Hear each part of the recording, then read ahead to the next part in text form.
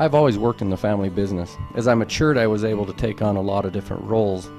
Just after I was married, I was working really hard to grow our lubricants business. One morning I was in the office, and my dad came in and he said, "Kirk, on the way into work this morning, I noticed one of the light bulbs has burned out at one of the gas stations." He told me which one, and he asked me if I would change it. I said, "That's no problem, I'll get to it later this afternoon."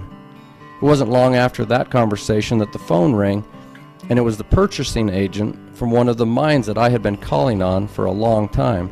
They had shut the mine down because one of their pieces of equipment had gone bad and contaminated all of the oil.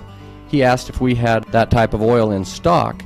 We were fortunate enough to have it, so I headed out of that office in a flash. I hopped in the truck and off I went. The next morning it was back to work as usual, and in walks my dad and he says, "Hey Kirk, on the way to work today I noticed that light bulb still burned out." And I said, "Hey, you wouldn't believe it, Dad. Not long after we were talking, the phone rings. It's the purchasing agent from that mine I've been calling on for so long." I was so excited as I told him, and he looks at me and says, "Kirk, that's great news, but you told me you changed that light bulb.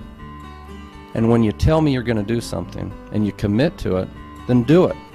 And some might say that sounds harsh, but that day my dad taught me a key to success.